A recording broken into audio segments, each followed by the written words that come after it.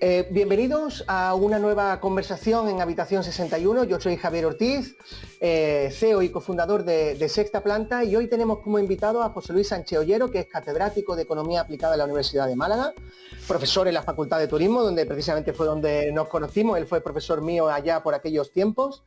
Y hoy queremos hablar con él precisamente de un tema muy interesante, ¿no? De por qué en general los gobiernos y parte del sector de la sociedad menosprecian quizás un poco la labor del profesional turístico, ¿no? Bienvenido, José Luis. Muchas gracias por participar en las conversaciones. Gracias a vosotros por invitarme. Pues justamente en eso es donde quería empezar mi conversación contigo, ¿no? A raíz precisamente de las declaraciones que se han producido por el señor ministro de Consumo, el señor Alberto Garzón, que ha destapado un debate del que solo hemos oído a la punta del iceberg, ¿no? Y es que pese a los esfuerzos que muchos países hacen por profesionalizar la industria turística, y no solo a través de políticas, sino también en desarrollo de titulaciones en universidad y demás, y la apuesta por la innovación, por la investigación, aún así se sigue tirando del tópico, calificando el turismo de un sector de baja cualificación y de bajo valor añadido. ¿A qué crees tú que se debe de producir esto? Bueno, yo aquí diría que al sector turístico le pasa como sector lo mismo que a España como país, que es que arrastra una leyenda negra de muchos años atrás, que a pesar de los esfuerzos que se hacen, pues efectivamente es recurrente, nos vuelve a decir una y otra vez lo mismo. Hombre, dices tú que han planteado un debate, o se ha planteado un debate a través de estas declaraciones del ministro. Estoy de acuerdo, se ha planteado un debate, pero yo matizaría, se ha mal planteado un debate, es decir, es un debate mal planteado, tal y como se ha hecho en sede parlamentaria y solventando en menos de un minuto y con una serie de palabras, digamos, prefabricadas, la descripción de un sector tan importante de la economía española como es el sector turístico. Es cierto que mucha gente tiene esa idea de nuestro sector. Es parcialmente verdad, tampoco vamos a tirar mucho las campanas al vuelo, hay cosas que se podrían recoger, pero que es un debate que requiere de una profundidad mayor de lo que se puede solventar, insisto, en esas declaraciones de menos de un minuto que han fomentado tanto revuelo. El sector turístico es un sector que, hombre, puedes decir que tenga cierta precariedad en el empleo, y lo tiene, si quieres de eso hablamos ahora, que Sí. tiene ciertos problemas en el mercado laboral que habría que solucionar, que tiene problemas de financiación por la estacionalidad en muchos segmentos del sector turístico. Ahí podríamos estar de acuerdo parcialmente con lo que ha dicho el ministro, pero lo que no se puede decir es que es un sector de bajo valor añadido. Vamos a ver, genera el 13% de la riqueza nacional y da empleo a prácticamente un porcentaje similar de la población activa, un 13%. Bueno, si se dice que es poco atractivo económicamente, que es lo que transfería de las palabras del ministro, pues habría por lo menos que aportar alternativas al sector turístico y si no, profundizar un poco más. Yo entiendo que Sí, la política va un poco a la pluma, pero no debería haber hecho esas declaraciones. Y justamente de eso de lo que queremos hablar, y precisamente del concepto de estacionalidad y después de alternativas. Quizá a lo mejor una alta dependencia de un sector como es el turismo es un riesgo para una economía. Sin duda, pero no del turismo, sino la alta dependencia de cualquier cosa. Eso De está cualquier claro, ¿no? cosa. Cualquier país debe tener una diversificación en su economía. Este sí que es un debate antiguo. De esto venimos hablando hace ya no 20 ni 25 años, no de los años 80, como dice el señor Garzón, sino desde hace mucho más, ¿no? Bueno, nosotros nos hemos especializado en turismo, en esta economía global en la que vivimos, o vivíamos hasta la pandemia, que esto es otra cosa que también habría que quizá que hablar. Nos hemos especializado en lo que tenemos. Hay quien se ha especializado en la industria y nosotros hemos sacado ventaja de nuestros recursos naturales, de nuestro patrimonio cultural. ¿Eso es malo? Yo no creo que sea malo. Lo que sí puede ser malo es, como tú bien dices, el depender exclusivamente de esto. España necesita más potencia industrial, evidentemente, de la que tenemos ahora. Y esto nos hemos dado cuenta, si alguno no lo sabía, como consecuencia del momento en el que estamos actualmente inmersos. De pronto todo el país se ha dado cuenta que la producción del país viene de China, que a lo mejor se diseña aquí pero se produce allí, que la deslocalización del capitalismo mundial nos ha llevado a estar en una situación de debilidad al carecer de industria, ¿no? Bueno, pues a lo mejor hay que apostar, a lo mejor no, seguro hay que apostar por una reindustrialización del país. Pero eso no tiene por qué ir en detrimento del sector turístico. Eso lo que haría es tener una menor dependencia del sector turístico. Es más, ayudaría, porque al fin y al cabo el sector turístico lo que hace es dar un servicio a la gente que llega, y para dar ese servicio requiere también unos insumos, unos capitales que necesita. Maquinaria, personal formado, que si quieres también podemos hablar de eso, que nosotros exportamos al mundo. Parece que no, pero nosotros exportamos al mundo personal formado en actividades turísticas. Materiales, insisto, físicos que forman parte del servicio y que muchas veces lo compramos fuera porque no se produce en España, con todo lo que ello implica, de generación de empleo en el exterior, de un mayor coste y un menor beneficio que se queda aquí. En definitiva, la diversificación siempre es buena, pero no hay que entenderlo como un mal hacia el sector en el que te has especializado, sino una carencia en el resto de los sectores. Exactamente. De hecho, a mí me parecen muy injustas ciertas declaraciones políticas que escuchan normalmente, que van en agravio del sector turístico. Oiga, el sector turístico da de comer a este país. Y en determinadas regiones, estoy pensando específicamente en los dos archipiélagos, y más específicamente aún en el archipiélago balear, es casi monocultivo el turismo. La inexistencia del turismo daría una alternativa cero de recursos para esas zonas, ¿no? Menospreciar un sector que da de comer a toda una población me parece de entrada mal, y de segunda un error en este caso político. Yo creo que lo que hay que hacer aquí desde el punto de vista de un país no es meterte con la gallina de los huevos de oro, por utilizar una expresión muy común, como es el caso del turismo. No es criticarla, sino plantearte, hacerte preguntas de por qué eres tan dependiente de esa gallina. Y sobre todo, que es lo que le he hecho en falta a algunos comentarios políticos, es hacer las cosas para que deje de hacerlo. Es decir, si resulta que las mascarillas nos tienen que venir de China porque no se producían aquí, pues vamos a producirlas nosotros. Pero te digo las mascarillas por utilizar un ejemplo coyuntural en este caso, ¿no? Vamos a hacer más producción, vamos a diversificar nuestra economía, y vamos a dejar de quejarnos por un lado y de echarle la culpa siempre a los mismos de determinadas carencias, ¿no? Sin lugar a dudas. Y otro tema también que ha salido en esas mismas declaraciones, y también es algo que hemos tenido encima de la mesa durante mucho tiempo, es la cuestión de la estacionalidad, ¿no? Como una de las principales debilidades del turismo. Sin embargo, si analizamos España como destino turístico, como conjunto, es un destino turístico poco desestacional, o sea, con poca estacionalidad, porque tiene, digamos, actividad turística a lo largo del año, ¿no?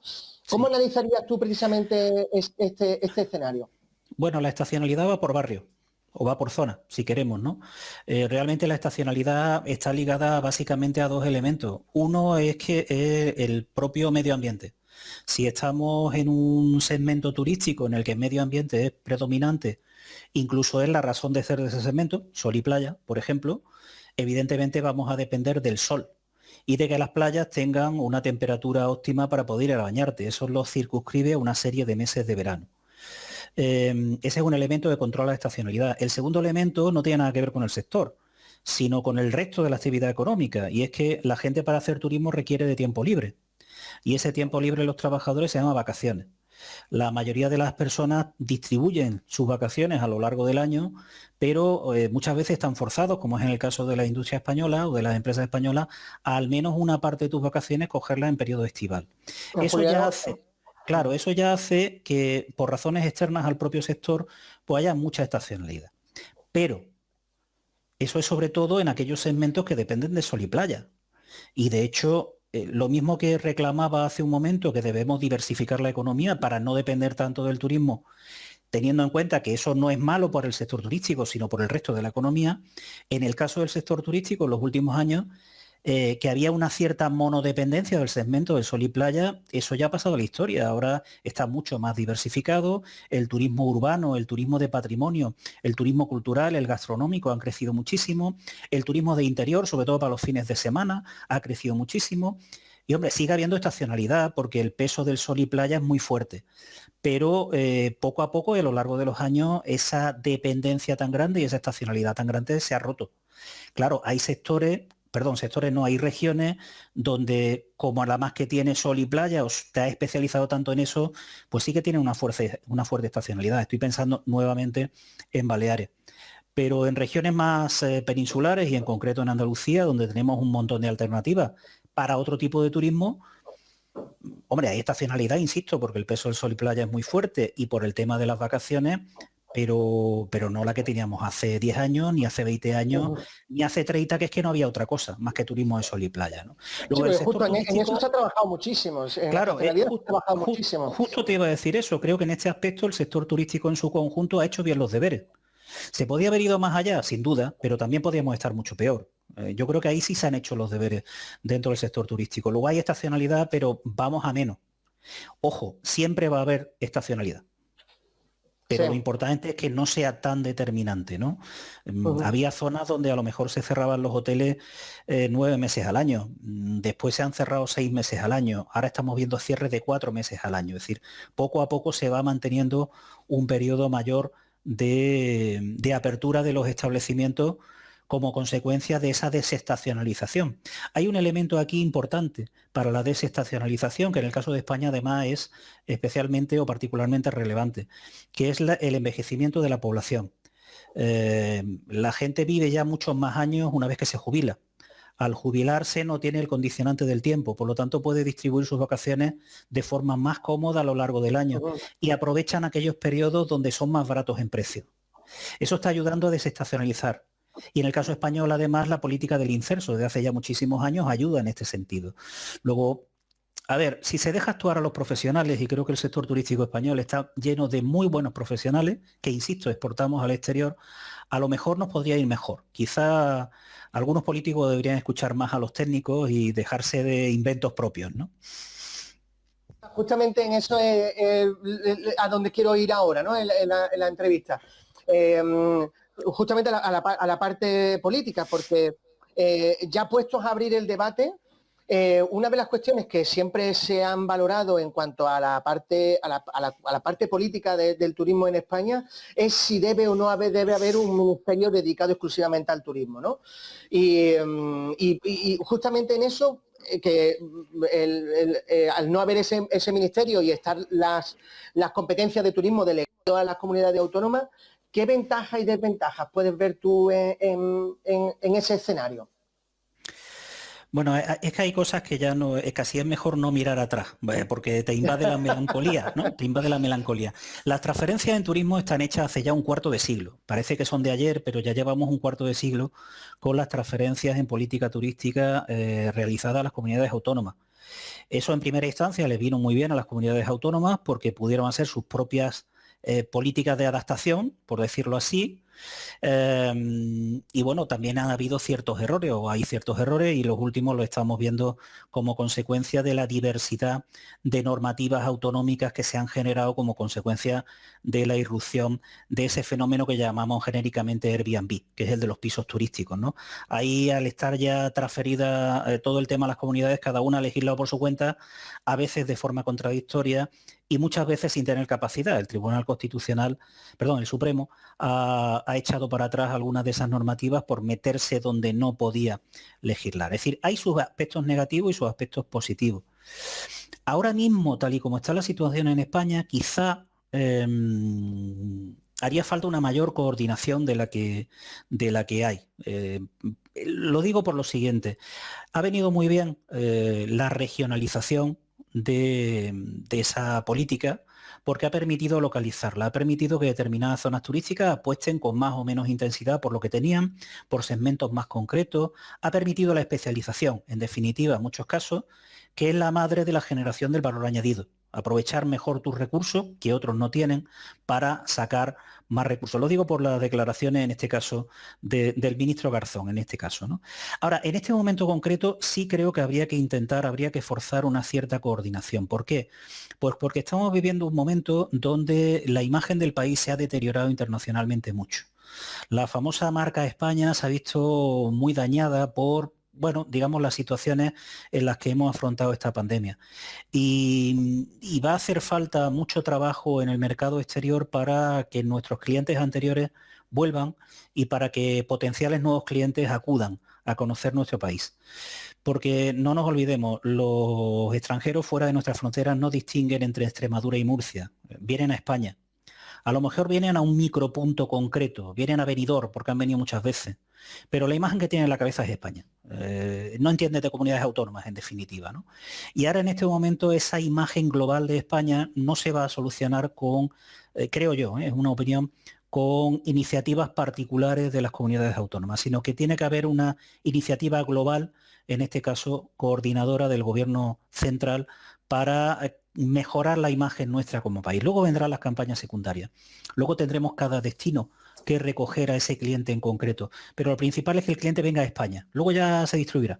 No, ya se distribuye así, sí, estamos de acuerdo. Y además, en ese sentido también nos ha hecho mucho daño el habernos situado en un segmento del bajo coste. ¿No estás de acuerdo, José Luis? Bueno, ahí tenemos otro pequeño problemita donde la mala acción política ha generado crecimientos artificiales de turistas y que, claro, van a tener consecuencias. El fenómeno low cost, que es al que tú me haces referencia, ha hecho que muchos destinos turísticos que no existían ahora existan para el cliente. ¿Por qué? Pues porque se han ubicado en determinados aeropuertos secundarios conexiones con mercados emisores principales. De tal forma que el turista británico, por decirte un simple ejemplo, puede escoger entre 50 y tantos aeropuertos dentro de España para venir. ¿Vale? Eso ha estado propiciado por las ayudas de determinados ayuntamientos, diputaciones y demás para los vuelos de esas compañías low cost. ¿Vale? En cierto modo han estado subvencionados. Cuando tú subvencionas que te venga un cliente, ya le estás diciendo al cliente muchas cosas de tu propio producto. Y no precisamente buenas. No precisamente buenas. Hago un paréntesis.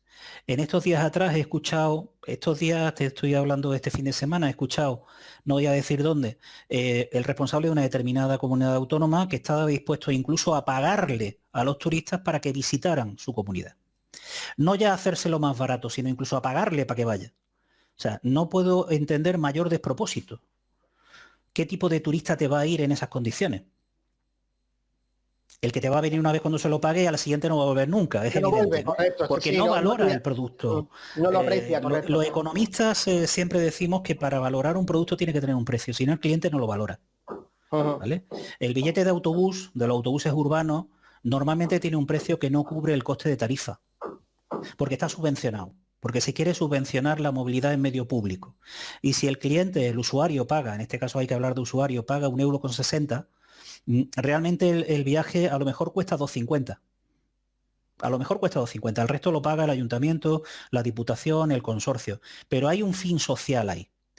Y a ese billete no se le llama precio del billete, se le llama ticket disuasorio. No es un precio, es un precio disuasorio, para que la gente no lo utilice mucho, ¿no? Porque si no la gente no lo valoraría, no valora el producto, por muy importante que sea. Bueno, pues en este tipo de políticas lo que se ha hecho es una devaluación del propio producto.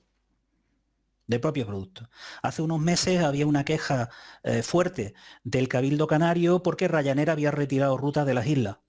Y se quejaban porque se la habían llevado a Israel. Y decían, es que el gobierno de Israel les paga. Y digo yo, no, les paga más que tú. Porque tú le estabas pagando. Lo que ha hecho Israel es pagarle más y ellos se han llevado las rutas allí. ¿Vale? Ahora tiene un problema el gobierno de Israel, que es que los clientes utilizan las líneas de avión, llegan a Tel Aviv y luego cogen un autobús y se largan a Palestina. Y con eso no contaban. Es lo malo cuando los políticos se meten a hacer cosas que no deberían hacer, ¿no? Bueno, pero en cualquier caso lo que le estás transmitiendo al mercado es que tu producto es tan malo que si no le bajamos de precio tú no vienes. Hay que valorarlo. ¿Por qué se ha hecho esas políticas por los ayuntamientos? En búsqueda del éxito del número. Nos han venido más turistas que el año pasado, y más turistas que el año siguiente, y más turistas. Así no hay que medir las cosas, así lo miden los políticos. Sí, hemos estado utilizando los indicadores incorrectos, ¿no? Para medir precisamente. Hay que utilizar el indicador del gasto público. Yo le digo a los alumnos míos, cuando los cojo por primera vez, le digo, señores, yo no sé qué pensáis que vamos a estudiar aquí. Yo doy economía, yo doy estructura de mercados turísticos, economía del turismo. Lo primero que le digo es, el turismo es un sector multidisciplinar. Aquí van a venir a hablar con vosotros psicólogos, pedagogos, en fin, incluso de tecnología de los alimentos, porque el tema de la gastronomía, yo lo respeto todos los puntos de vista, pero meteros uno en la cabeza, el turismo es un negocio. El turismo es un negocio que nos da de comer, es ante todo un negocio. Y para que nos dé de comer tenemos que dar calidad, tenemos que dar buenos precios, pero no tirar los precios. Tenemos que dar un buen servicio. Realmente hay que valorar el producto nuestro. Y en esa época del low cost me temo que determinadas actuaciones políticas han desvirtuado algo el valor de algunos de nuestros productos turísticos. La pandemia va a tener una ventaja. ¿Sabes cuál es? Creo que va a tener una ventaja. Las low cost estaban ya en un proceso complicado de gestión. Ahora con el reinicio de la actividad turística o el reinvento de la actividad turística, quizá cuando arranquemos otra vez no van a tener ese peso tan predominante como han tenido en el momento en el que hemos entrado en la pandemia. Quizá vamos a salir de otra forma, ¿no? Con ese... Ya veo algunos movimientos en el mercado, no en el caso español, pero por ejemplo ayer leía la actuación del gobierno italiano. El gobierno italiano, sabes que ha adoptado una política de ayudar al sector turístico dándole dinero a las familias para que hagan turismo. Sí. No sé si tienes conocimiento. Es una medida para decir, toma, gástatelo en turismo porque necesitamos que esto... Es simplemente que circule la economía, ¿no?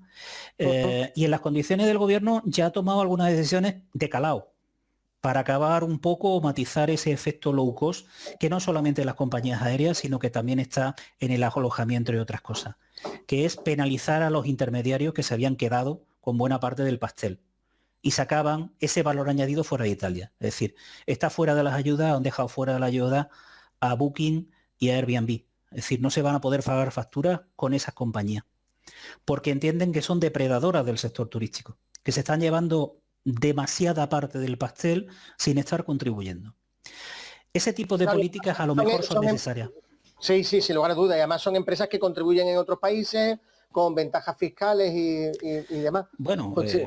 y tan fiscales que prácticamente no pagan nada o no han pagado nada hasta hace bien poco. Cuando digo nada me refiero en proporción a lo que realmente manejan. Y José Luis, una última cosa, ¿no? Que precisamente quería ir en esta línea que estábamos hablando antes, ¿no? De políticos haciendo cosas en turismo que no deberían de estar haciendo. Llevamos ya décadas, ¿no? Las universidades españolas volcando al mercado laboral talento de universitarios que han estudiado turismo, con estudios superiores, con sobrada preparación. ¿Cuánto tiempo tardaremos en ver a titulados en turismo en puestos públicos, en altos cargos públicos? Buena pregunta. Buena pregunta. Claro, el acceso a la función pública es bastante complicado, porque está muy limitado por una serie de normas muy poco flexibles. Y son poco flexibles para evitar el enchufismo, el amiguismo y lo que todos sabemos que aún así existe. Imaginémonos si la legislación fuera más laxa. Pero realmente si tú te pones a ver, nosotros hemos hecho algún estudio al respecto, sabes que nosotros estudiamos el mercado laboral y en los últimos tiempos estamos haciendo un estudio sobre lo que es la parte pública del sector turístico, es decir, aquellos profesionales que dentro de las instituciones trabajan por y para el sector turístico. Y nos estamos dando cuenta de que lo primero es que no hay un catálogo de puestos, no lo hay, un catálogo de puestos específico, donde haya personas con un perfil que se le exija conocimientos en turismo. Sí los hay para abogados, los hay para economistas, los hay para psicólogos, para asistentes sociales, trabajadores sociales. Para todos ellos hay perfiles, pero no hay tantos, o mejor dicho, no los hay para el caso de los profesionales del turismo. ¿Por qué? Bueno, probablemente por la forma en la que se han constituido esas administraciones locales una vez que se inició el proceso de descentralización. Pero no es suficiente, es sencillamente yo creo por una falta de comprensión de aquellos que tienen que sacar el catálogo de plazas. No es razonable, en estos momentos, aunque existen plazas de técnicos, de gente que está trabajando en turismo, realmente son economistas, son abogados, son gente que han entrado porque se les ha valorado su título. Aquí no se ha valorado hasta hace relativamente poco, es verdad que no existían títulos universitarios de turismo, pues creo que la primera promoción, ya tengo que hacer memoria, pero creo que sale en el 97, 98, si no recuerdo mal, de la UMA, 95, 96, 97, 98, ¿no? 8, sí. 97, 98 fue la primera promoción y fue la primera de España. Es decir, han pasado 20 años nada más. O nada menos. Es decir, ya ha habido tiempo suficiente, claro, ya ha habido tiempo suficiente para que el sector público se entere de que estos perfiles profesionales están ahí. Lamentablemente no hay oferta todavía para estos perfiles y es la razón de la que no haya gente trabajando con el perfil. Yo no sé si por eso no hay asesores que le hablen al oído al cargo de turno para que diga las cosas que tiene que decir de verdad, o simplemente que ha habido una, no sé cómo decirte, minusvaloración de nuestro trabajo. Es posible. Insisto que la leyenda negra que arrastra el sector no solamente es a la producción y al tipo de empleo, también es al tipo del personal que trabaja y cómo se coloca en las empresas. Esa leyenda negra está ahí. Y espero que entre todos, pues poquito a poco, o mejor rápidamente, pues se acabe ya con esa Se leyenda, ¿no? acabe. Porque tú y yo Pues, sabemos que hay muchísimos buenos profesionales que han salido de las aulas universitarias, no solamente de la de Málaga, aunque yo evidentemente estoy orgulloso de nuestra Facultad de Turismo y de la gente que ha salido de ahí, pero no solamente de aquí. En Baleares hay un centro de referencia a nivel mundial, en Barcelona también. Realmente en el resto del país, en gastronomía el País Vasco es puntero a nivel mundial. Exportamos profesionales de los mejores a las mejores empresas. Y sin embargo aquí la administración pública no se quiere enterar todavía de que esta cosa existe, ¿no? Y que si estuvieran gestionado el sector por gente preparada, a lo mejor en lugar de representar el 13%, representaba el 15 o el 20% del PIB. O a lo mejor no, porque ya hemos metido industria suficiente y ese porcentaje y baja. hemos Pero diversificado. pero en vez de dar 1 millón de puestos de trabajo, los da de mejor calidad, y en vez de dar uno, damos 2 millones. Porque realmente podemos crecer, no más, sino crecer de otra forma. ¿Mm? De Crecer de crecer otra mejor. forma. Crecer Pues José mejor. Luis, muchísimas gracias por darnos un poco Gracias a de luz vosotros. justamente en este tema, algo que nos preocupa sobre todo mucho a los profesionales en turismo y seguiremos contando contigo para próximas conversaciones. Cuando queráis. Gracias. Y Encantado. gracias a los que nos seguís en Habitación 61 y en nuestras redes sociales. Seguiremos publicando conversaciones sobre temas que nos podéis vosotros sugerir a través de nuestros perfiles de redes sociales. Muchas gracias y hasta la próxima.